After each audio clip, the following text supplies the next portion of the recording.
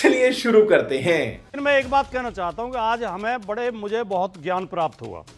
इतने कई किताब पढ़ के इतना ज्ञान मिलता। सुधांशु जी ने जो हमें ज्ञान दिया कि अगर देश में महंगाई है, सिलेंडर महंगे बिक रहे हैं, पेट्रोल डीजल महंगे, उसके लिए केजरीवाल जी जिम्मेदार हैं।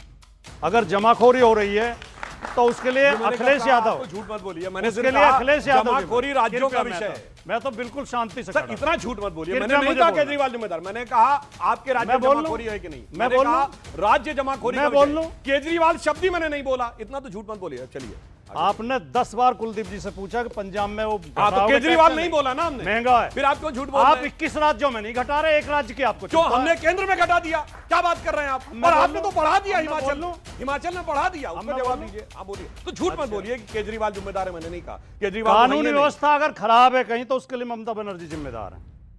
अगर देश में बेरोजगारी है तो उसके लिए नेहरू जी जिम्मेदार हैं। मोदी जी को आलू छीलने के लिए प्रधानमंत्री बनाया गया, बढ़िया से आलू छील रहे हैं। ये हमारा ज्ञान प्राप्त हुआ। आपको लग रहा है मोदी जी किसी बात के लिए जिम्मेदार नहीं है, वो गैर जिम्मेदार है बिल्कुल पूरी तरह। सबसे बड़े जिम्मेदार नेहरू जी हैं भारत के इतिहास में। जो कुछ गलत हो जाए नेहरू जी जिम्मेदार। अरे बाप रे, ये तो धोती खोल रहा है। सवाल मेरा आपसे है, सरकार से है। सरकार के तरफ से आप पक्ष रखने हैं। आपने पाकिस्तान की बात कर ली, आपने श्रीलंका की बात कर ली, आपने पूरे देश विदेश की बात कर ली।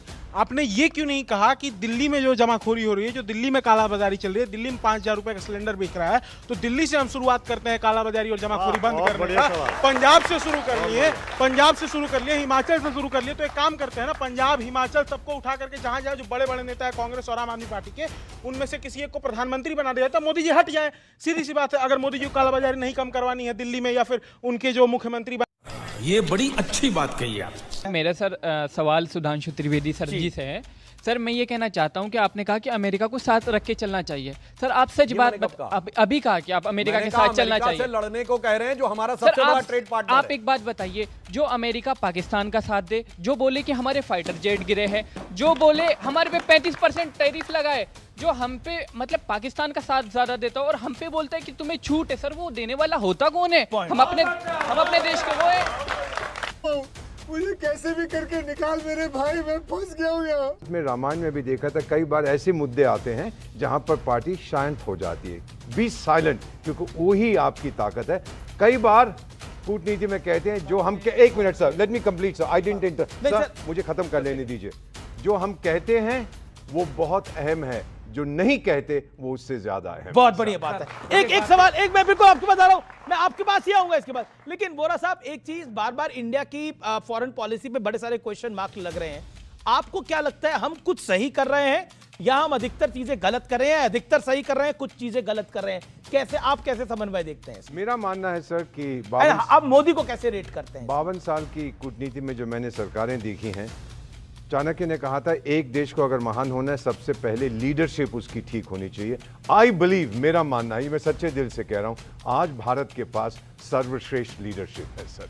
पहले मैंने ये नहीं देखी है। पेशे को भड़वागिरी कहते हैं। कि मोदी जो है वो एक काबिल नेता है, काबिल लीडर है डिप्लोमेसी को हैंडल करने के लिए। मैं इंडिविजुअल नाम आपने ले दिया है तो मैं कह देता हूं, he is absolutely the best sir. दुनिया इसको मानती है। और मॉर्निंग कंसल्ट, एक अमेरिकन कंसल्टेंसी, पिछले 3 साल से बराबर हर हफ्ते कहते हैं prime minister Narendra Modi is the most popular leader in the world. अरे चाटना है चाटिए, जितना चाटना है चाट के लाल कर दीजिए। क्या आपको लगता है वाकई देश धुरंधर है? हमें तो लगता है कि हमारी जो फॉरेन पॉलिसी है क्या बोलो, पेंडुलम की तरह इधर उधर घूम रही है, जिसको वो बोलते हैं स्ट्रेटेजिक साइलेंस। अरे जब ईरान जैसा मुल्क हार सकता है तो हम लोग क्यों नहीं हार सकते? No, it is possible, it is possible. नहीं, ऐसा नहीं हो सकता। कह दो कि ये झूठ है।